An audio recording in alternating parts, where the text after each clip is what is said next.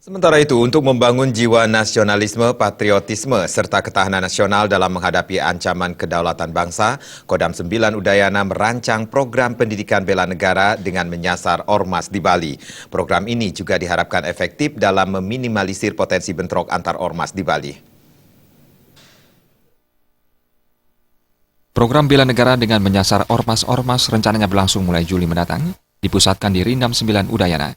Kapendam 9 Udayana, Letkol Infantri Hotman Hutahayan menerangkan, selama hampir 2 pekan, anggota ormas maupun preman-preman tersebut nantinya direkrut untuk diberi berbagai pengetahuan tentang bela negara, sehingga timbul kesadarannya membela negara sebagai wujud tanggung jawab komponen bangsa. Melalui program bela negara, ormas-ormas yang membutuhkan perhatian juga dibentuk sebagai mitra TNI dalam menghadapi ancaman nyata saat ini seperti bencana, separatisme maupun terorisme. Dengan demikian, keberadaan ormas maupun preman-preman tersebut bermanfaat dan tidak salah langkah di kehidupan bermasyarakat.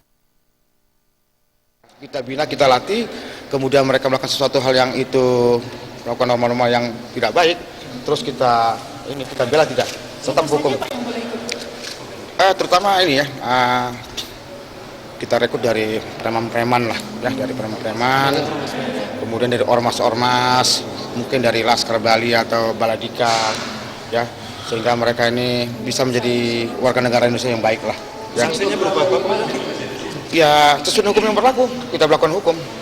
Bukan berarti kita lakukan hukuman yang itu katakan hukum rimba, bukan. Tetapi hukum yang berlaku, apa yang mereka lakukan, mereka harus bertanggung jawab. Melalui program semacam ini, seluruh elemen bangsa secara aktif turut dilibatkan dalam menjaga ketahanan nasional terhadap berbagai potensi yang mengancam kedaulatan bangsa. Halid Sidi dan Adi Setiawan, Bali TV.